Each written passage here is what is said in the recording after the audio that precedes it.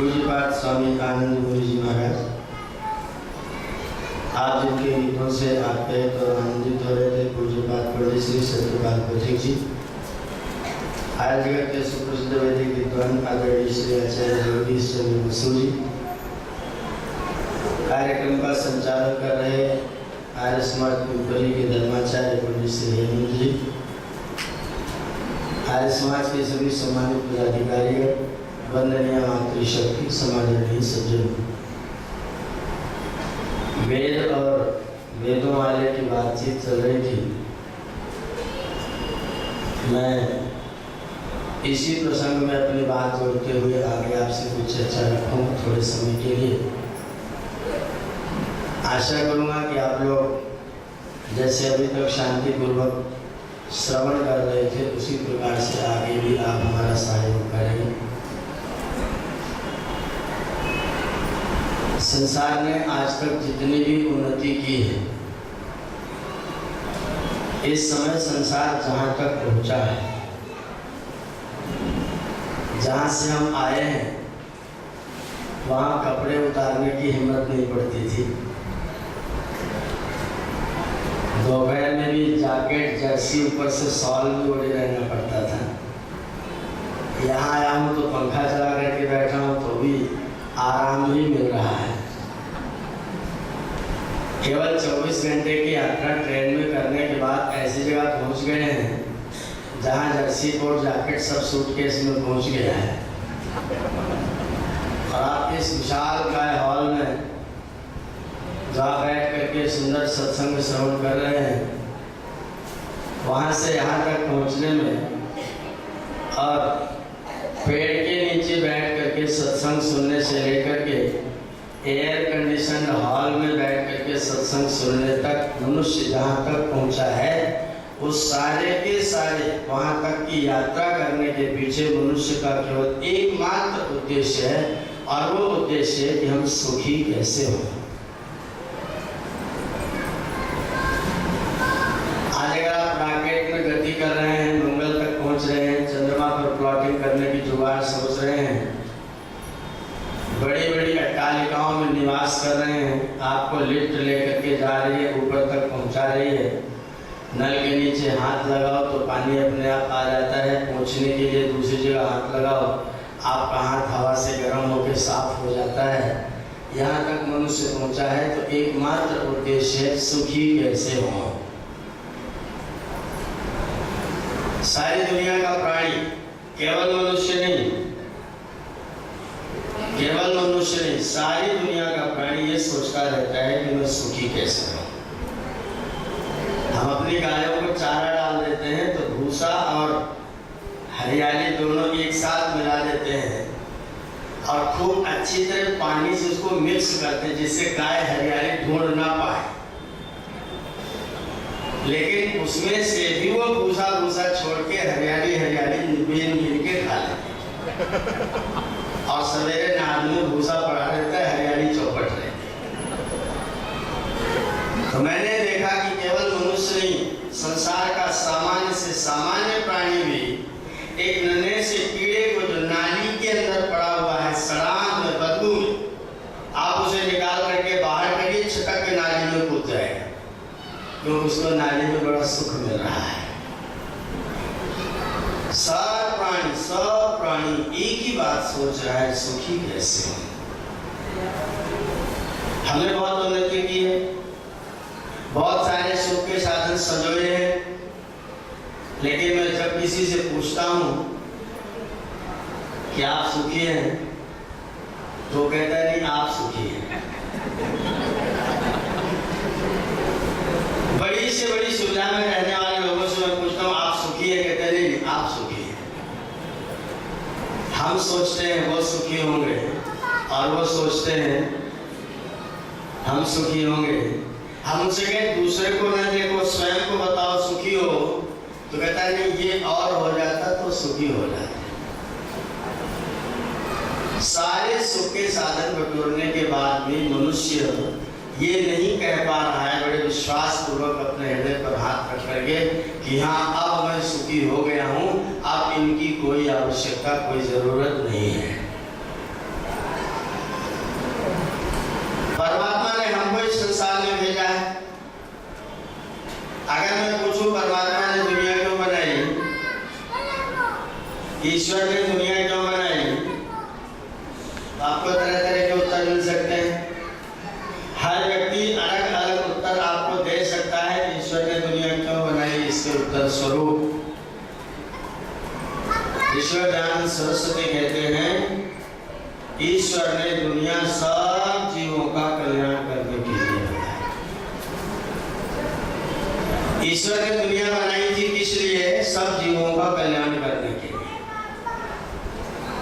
कल्याण होगा कैसे, इसके लिए परमात्मा ने सृष्टि के आदि में ही मनुष्यों को अपना पवित्र ज्ञान, जिसको हम लोग वेद के नाम से जानते हैं, वो पवित्र वेद का ज्ञान परमात्मा ने हमको और आपको प्रदान किया था।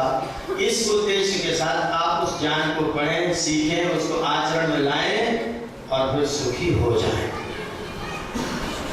अगर आपसे पूछे संसार में दुख कितने हैं,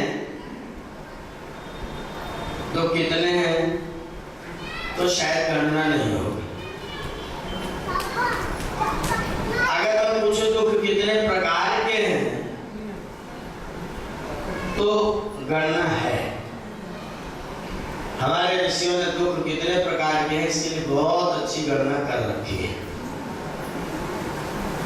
या तो किसी न किसी प्राणी से हमको दुख प्राप्त होता है, या तो किसी न किसी प्राकृतिक कारण से हमको दुख प्राप्त होता है, और या फिर कोई कारण नहीं होता, अकारण हम अपने आप ही दुख पैदा कर लेते हैं। जो किसी किसी प्राणी से प्राप्त होता है वो दुख आदि भौतिक है। जो किसी प्राकृतिक कारण से प्राप्त होता है, जैसे उत्तर भारत के लोग इसमें सर्दी से दुखी हैं, वो दुख आदि दैविक है। और जो बिना मतलब में ही प्राप्त हो जाता है वो आध्यात्मिक है। आदि भौतिक दुख बहुत थोड़े से हैं, आदि दैविक दुख भी बहुत थोड़े से और कभी कभी आते हैं। आध्यात्मिक दुखों की संख्या ज्यादा है और वो हमारे बटोरे हुए दुख है, हमने ही इकट्ठा किया हुआ है। आपको सांप से डर लगता है, सांप से दूर हो जाइए। सांप आपके आसपास में भी रहे, अगर आपका पैर उसके ऊपर नहीं पड़े तो सांप आपको कुछ नहीं बोलने वाला। कुत्ते को लोग बहुत खतरनाक मानते हैं, उसकी तरफ प्रेम से देखते हुए चले जाइए, कभी नहीं काटेगा।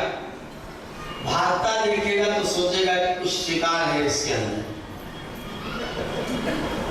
अगर आपने उससे अपनी नजरें चुराई और आवाज बढ़ाई, अगर आपने अपने कदम बढ़ाए तो जान लेगा कि श्रीमान जी की कहीं न कहीं हीनता है, और हीनता का लाभ उठाने के लिए आपके ऊपर वो कार्यक्रम अपना कर सकता है।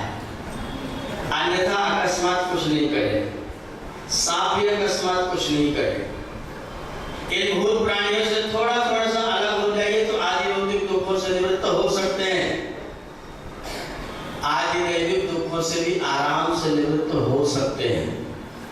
जैसे हम लोग भाग आए सुल्तानपुर छोड़ के पूना में, वो सर्दी वाला आदि दैविक खत्म हो गया, यहाँ आराम से रह रहे हैं। कोई जरूरत थोड़ी कश्मीर में जाकर के पड़े रहो। जब ठंड लगे तो पूना भागा, गर्मी लगे तो कश्मीर भाग जाओ, आदि दैविक दुख खत्म हो जाएगा। चेन्नई में बारिश हो तो प्लेन पकड़ो भागा, पानी से तो दूर हो जाओ, आदि दैविक दुख दूर हो जाएगा। लेकिन कहीं भी रहो, आध्यात्मिक कैसे दूर करोगे? वो तो जहां बने भी दोषा प्रभवति रागिणाम गृहे भी पंचेंद्रिय निग्रहस्तपा। बने भी दोषा, वन में चले गए सब कुछ छोड़ छाड़ के, तो वहां भी अगर रागी है तो दुख तो वहां भी पहुंच जाएगा। बचने का साधन किससे करना चाहिए?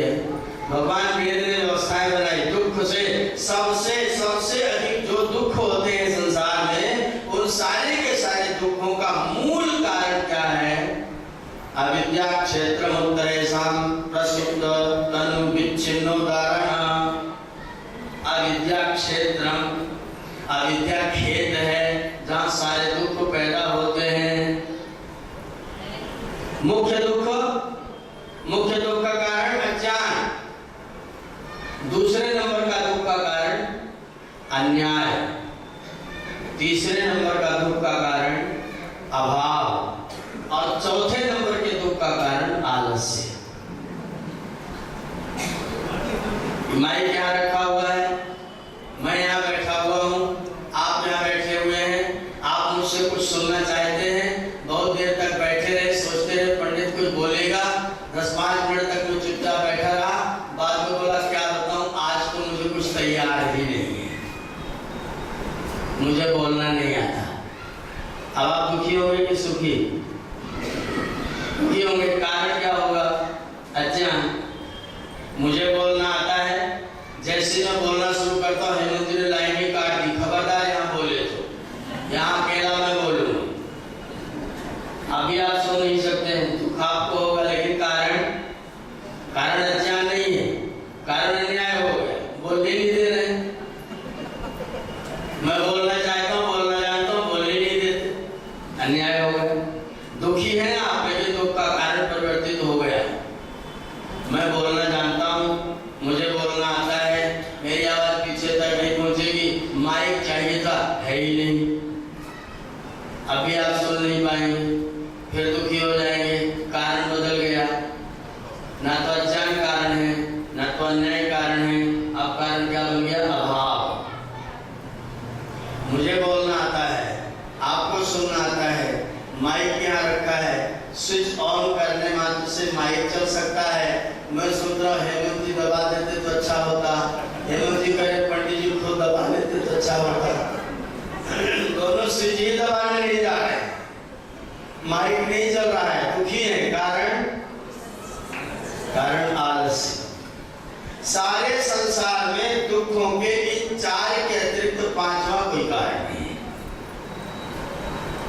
इस बात को परमात्मा जानते हैं। अगर आपके 4 कारण हैं दुखों के, तो 4 निवारण भी होने चाहिए।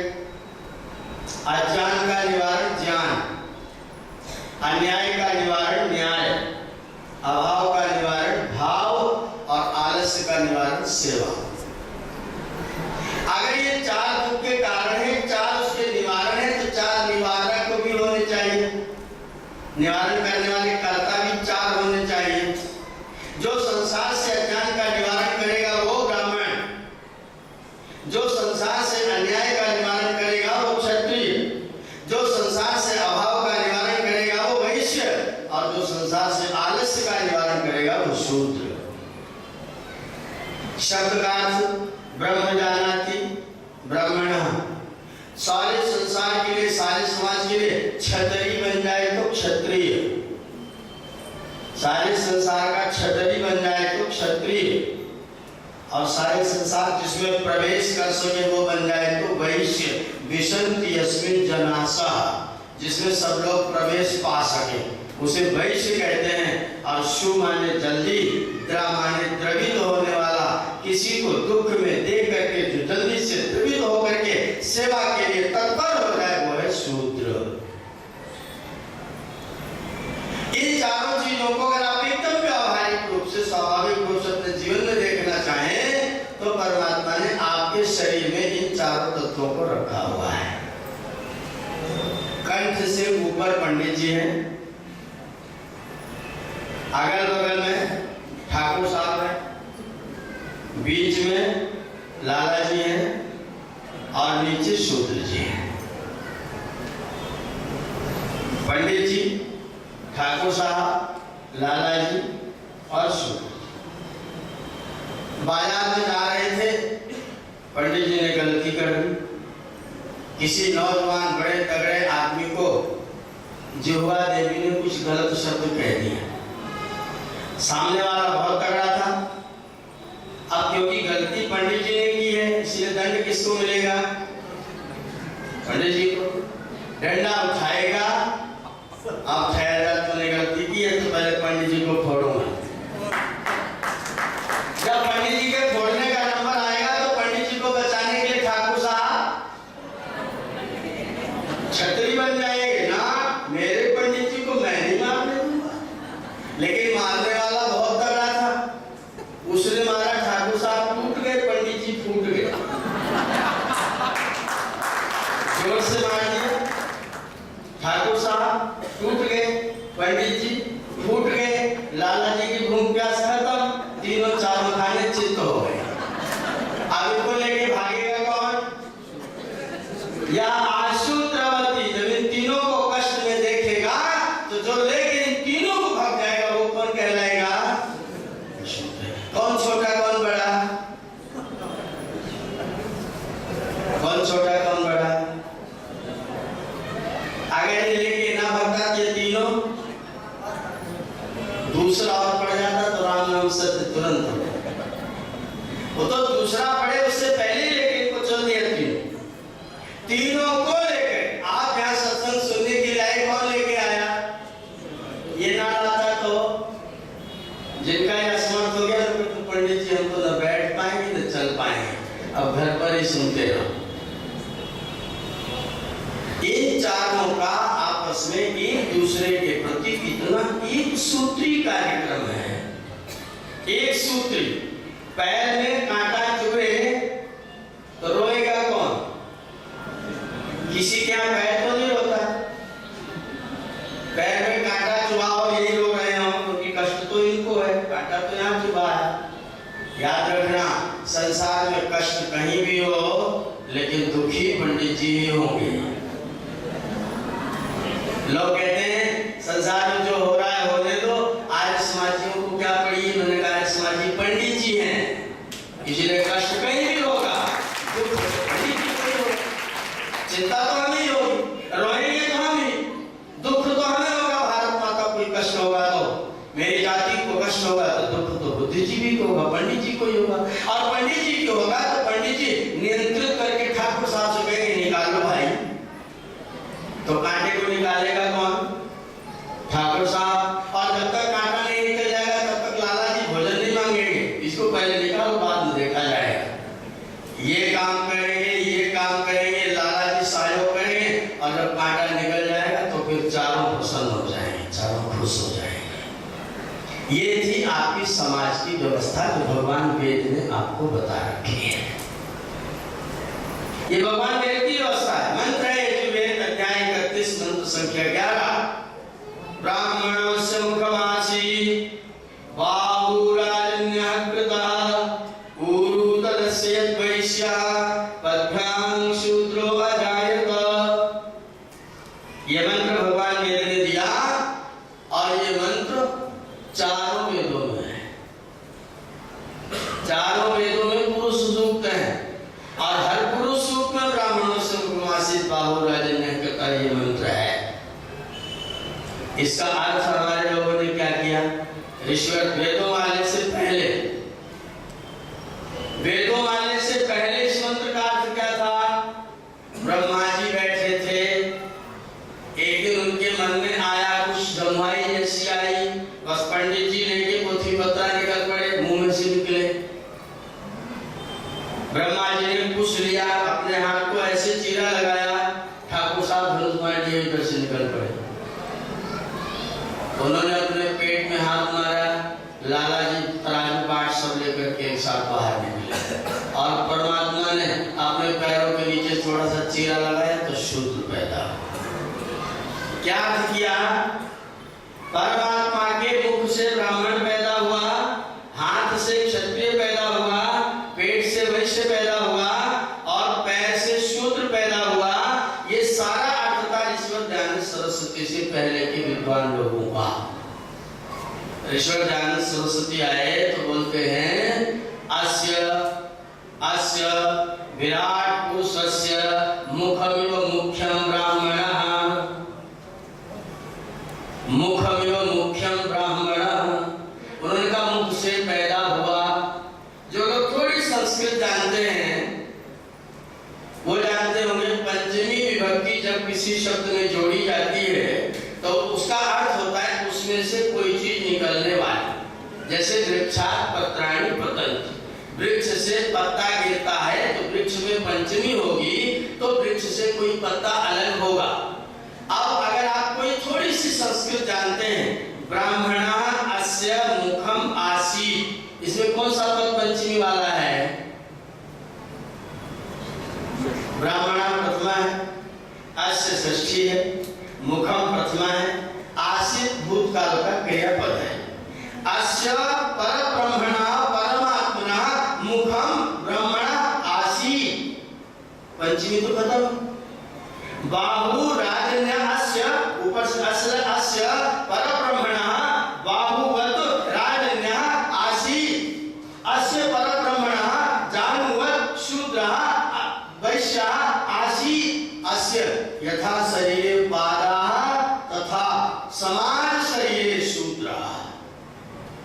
जो कार्य पैर का हमारे शरीर में है वही कार्य समाज में किसका है?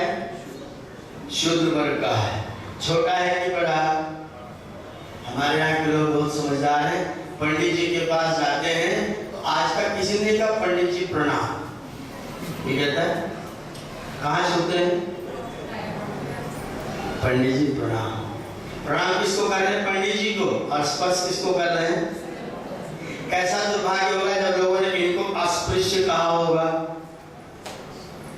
स्पृश्य तो यही है ना, किसी पंडित के पास करने भी मत लगे यार पंडित जी प्रणाम, तो कहीं इधर से ठाकुर साहब उठ पड़े। किसी पंडित जी को पहुंच गए, आप कहा पंडित जी प्रणाम, ठाकुर साहब उठ गए तो मुश्किल हो जाएगी। और चरण स्पर्श करेंगे तो आयुष्मान है। हमारे पास में ज्ञान है, हमारे पास में बल है, हमारे पास में धन है, लेकिन हमारे पास सेवा नहीं है। हम किस काम के हैं? किसी काम के? मेरे पास ज्ञान है, किसी की सेवा नहीं करता। मेरे पास बल है, किसी का सहयोग नहीं करता। मेरे पास धन है, किसी को कुछ नहीं देता, मेरा भी काम, मुझसे कोई लाभ, तो सबसे मुख्य कौन हुआ? सबसे मुख्य सेवा हुई। अगर मेरे अंदर सेवा है तो ब्राह्मण क्षत्रिय वैश्य तीनों ठीक। अगर सेवा का भाव नहीं है तो तीनों के होने का कोई अर्थ, कोई प्रयोजन, कुछ भी सिद्ध होने वाला नहीं है। इसलिए अगर किसी का महत्व है तो वो सेवा वाले का महत्व है। परमात्मा ने कैसे एकदम व्यावहारिक सुंदर ज्ञान दिया, जैसे जैसे तुम्हारे शरीर में अंग है वैसे वैसे एक समाज में भी ब्राह्मण क्षत्रिय वैश्य शूद्र एक दूसरे के अंग हैं और चारों मिलकर के सुख को सिद्ध किया करो। चारों का उद्देश्य क्या है? सुखी करना। लाला जी थोड़े से खराब हो जाए तो पंडित जी ठीक रहेंगे, ठाकुर साहब में दर्द हो तो पंडित जी अपना काम करते रहेंगे। कोई नहीं कर सकता। इतना स्वाभाविक ज्ञान, जो वेद का ज्ञान, इतना स्वाभाविक ज्ञान, लेकिन जब हम ऋषि की दृष्टि से देखते हैं तो ये ज्ञान स्वाभाविक लगता है और वेद सब सत्य विद्याओं का पुस्तक लगता है।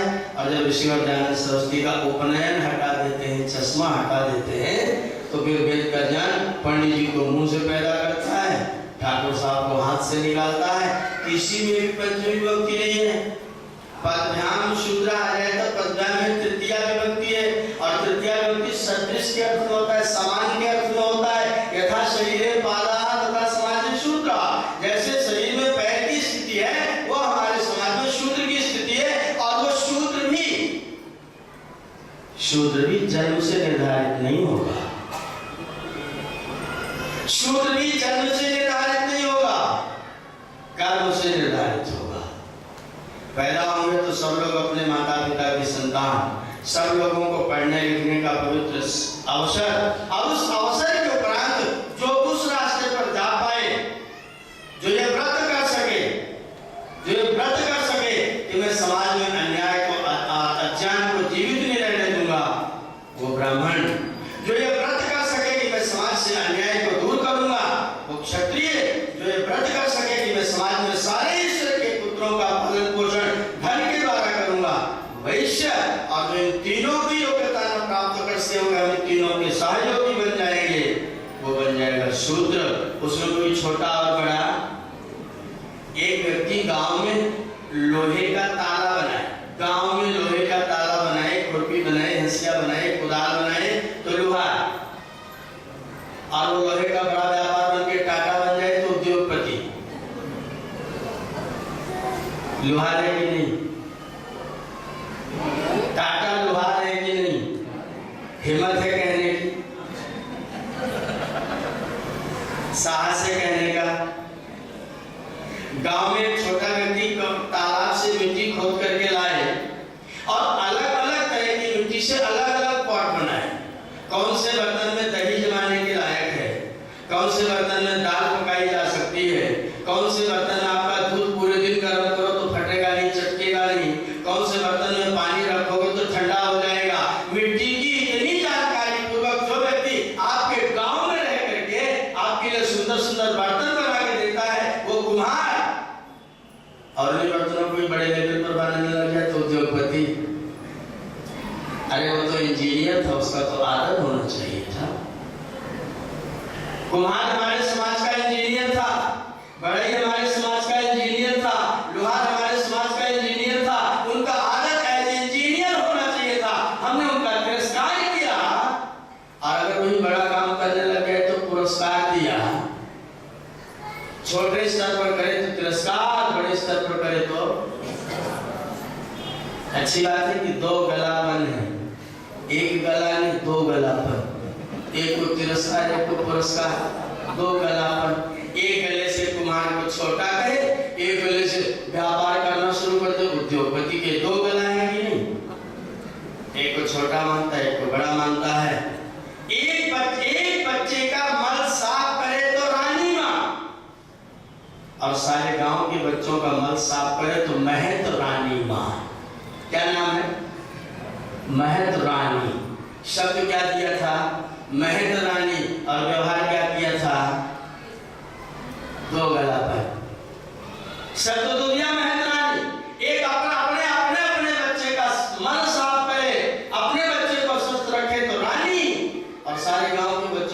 स्वस्थ रखे तो महत ये सब बोलते हैं महत रानी। वो महत रानी सारे गांव के लोगों की स्वच्छता का ध्यान रखती है। उसका नाम तो हमने महत रानी दिया, लेकिन व्यवहार में हम उसको छोटा कर देने, तुम छोटे हो, तुम पीछे हो। बिहार के सीतामढ़ी पंडित जी भोजन कर रहे थे, आलती पालती बैठ के नहीं, काकासन में बैठ के भोजन कर रहे थे। एक हाथ ऐसे लगाए हुए थे, भोजन कर रहे, हाथ ऐसे रखा हुआ। मैंने कहा पंडित जी हाथ नीचे नहीं आता क्या? बोले नहीं नीचे तो आता है, दरअसल हमने उसको वहाँ कर रखा है। हमने कहा क्यों कर रखा है? बोले क्योंकि वो सफाई करता है, मर्द होता है, इसलिए उसको हमने उधर कर दिया। मैंने कहा है आप उसको थाली के पास में रख रखा है। जो मल का भंडार है वो थाली के पास, जो बेचारा सफाई करे वो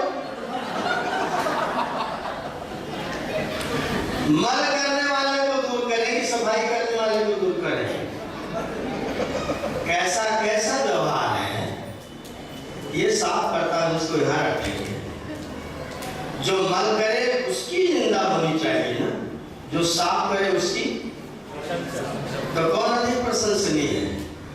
जो सेवा करके सारे समाज को सुखी करने का प्रयत्न करता है, जब आप उसके बड़प्पन का अधिकार उसको प्रदान करते हैं, तब वो व्यक्ति आपके साथ संतुष्ट होकर व्यवहार करता है, आपका समाज सुखी होता है। अपूजा यत्र पूज्यन्ते पूजानां चावमानना त्रीणि तत्र प्रवर्तन्ते दुर्भिक्षम मरणं भयं। जहाँ पर जो पूज्य है उसकी पूजा नहीं होती, जो अपूज्य है उसकी पूजा होती है, वहाँ या तो दुर्भिक्ष फैलता है या तो लोग असमय मरते हैं, और जो लोग बचे रहते हैं एक दूसरे से हिंसा करते रहते हैं। अगर समाज में एकता का भाव होगा, जो जो जिस योग्यता का हो उसको उस योग्यता का सम्मान। कोई किस कुल में पैदा हुआ इसलिए किसी का तिरस्कार होगा तो सुख होने वाला। हर व्यक्ति सम्मान चाहता है, हर व्यक्ति प्यार चाहता है, हर व्यक्ति अधिकार चाहता है। वो जिस योग्यता का है, जब आप उसकी योग्यता के आधार पर उसका सम्मान कायम रखेंगे तो आपको छोड़ करके कहीं जाएगा नहीं। और आज जो आपके समाज के लिए शूल बन करके घूम रहे हैं, कदाचित हमने अस्पृश्यता की बीमारी न चलाई होती, किसी को छोटा बड़ा न किया होता, तो आज जो शूल, जो असहिष्णुता, जो बीमारियां इतनी सारी आपके समाज में फैल रही हैं, उन सारी बीमारियों के मूल में एक ही चीज है, हमने अपने से छोटे लोगों को आदर नहीं दिया, प्यार नहीं दिया, उनको अस्पृश्य कहा, उनको दलित कहा। और जब वो दलित रहे तो दलित लोग छोड़ के वहाँ चले गए, वहाँ चले तो चचा जान बन गए, यहाँ थे तो दलित थे, वहाँ पहुँचते ही चचा जान हो गए। और वो चचा जान जब वहाँ पहुँच जाते हैं तो क्योंकि आपसे होकर के अलग गए हैं, जो आपसे ज़्यादा अलग होगा वो या तो आपसे प्रेम करेगा तो ज़्यादा करेगा, और द्वेष भी करेगा तो ज़्यादा करेगा। हमने उनको ठुकराया, उस तिरस्कार का परिणाम उनको भोगना पड़ रहा है। आज भी अगर आप वेद के शब्दों में, वेद के समाधान के अनुसार, वेद की व्यवस्था के अनुसार फिर से छोटे और बड़े का मान उसी तरह से नहीं रखना प्रारंभ करते तो ये कष्ट समाप्त होने वाला नहीं है। जो वेद समाधान करता है वो समस्या का मूल समाधान करता है, और जब वेद दूसरे लोग जो समाधान करते हैं वो छिन्ने मूले पत्रम पच शाखा, उस शाखा और पत्र को पानी देते हैं, जहाँ पानी देना चाहिए तो वहाँ पर पानी नहीं देते हैं। मैं तो जहाँ भी जाता हूँ लोगों से कहता हूँ वेद ना है तो वेदना पक्का है, वेद ना है तो वेदना निश्चित है, वेद है तो वेदना शब्द ही नहीं बनेगा। वेदना शब्द बना ही तब है जब वेद ना हुआ है। वेद रहेगा, वेदना नहीं रहेगी, वेद नहीं रहेगा तो फिर वेदना बिल्कुल निश्चित होगी। आप वेद के शब्दों में, वेद के समाधानों को जीवन में स्वीकार करें, उनको जीवन में बनाएं और उनको समाज में लागू करें। आपका समाज सुखी होगा, आपका जीवन धन्य होगा। आपने मेरी बात को ध्यानपूर्वक सुना, दिया गया समय पूर्ण होता है। मैं अपनी वाणी को यहीं पर विराम देता हूँ। ओम शांति।